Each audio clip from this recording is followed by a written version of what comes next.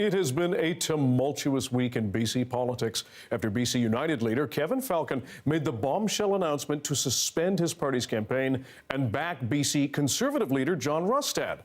Our legislative reporter Katie DeRosa is here with the latest developments. Katie, what do we know about which BC United MLAs might be brought into the Conservative fold? Well, BC Conservative campaign manager Angelo Isidoro says he's aiming to finalize the full slate of candidates by Labor Day, so just a few days away, perhaps a tentative announcement coming early next week. It could mean that some of the BC Conservatives' 83 candidates could be dropped in favor of more established BC United picks. But the majority of people on the chopping block are the 57 BC United candidates. From the list of 10 incumbent BC United MLAs, the Conservatives are courting 4. Ian Patton, he's the MLA for Delta South, Peter Millibar from Kamloops North Thompson, Tom Shapitka in Kootenay East, and Trevor Halford in Surrey White Rock. But some former cabinet ministers from the BC Liberals will not be brought into the Conservative fold. Todd Stone and Shirley Bond have said they are not running again, and Mike Bernier says he may run as an independent.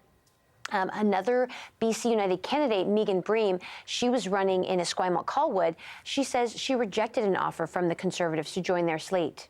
I said, though there are areas we can agree on, there's certain areas that I am unsure of we can agree on, and I don't want to, I have some ethics and some morals that there's some points in there that I'm not comfortable with. And Katie, what do we know about the backroom negotiations that led to this deal between Falcon and Rustad? Well, for BC United, the bad news just wouldn't stop coming over the summer.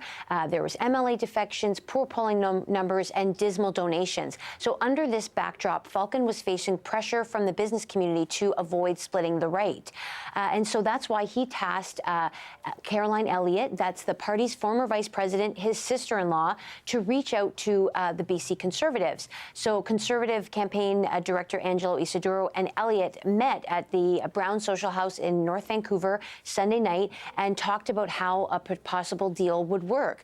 That set the stage for a formal meeting on Tuesday afternoon, and halfway through that 3-hour meeting, Falcon joined, having just returned from Victoria, where he made a forestry announcement. Elliott came to the meeting armed with a trove of opposition research on some BC Conservative candidates, some of whom have been accused of spreading conspiracy theories online, and that was really the only bargaining chip that BC United had to play with to try and salvage as many of their candidates as possible. So at 9:30 p.m. on Tuesday night, Falcon and Rustad met at a Vancouver law firm, and it was the first time they had met since Rustad had been kicked out of caucus by Falcon in 2022, and they hashed out a deal for BC United to withdraw from the campaign and for Falcon to stop his candidacy. And so just after midnight, basically, Rustad and Falcon had a handshake, and the deal was done. Look, these are two parties and two leaders that were at each other's throats. And I felt rejuvenated leaving that we managed to put our differences aside for the greater good. And Katie, amid all this, now some big former BC Liberals are lamenting the demise of their party after its rebrand. That's right. Former BC Liberal Premier Christy Clark talked to CBC today, and she believes that there needed to be a coalition of centre-right parties, but she was surprised to see it end up like this. The party she once led completely swallowed up by the BC Conservatives. Meanwhile, former BC Liberal cabinet ministers Mike de Jong and Terry Lake say they're devastated by what's happened to the party that once dominated BC politics for 16 years.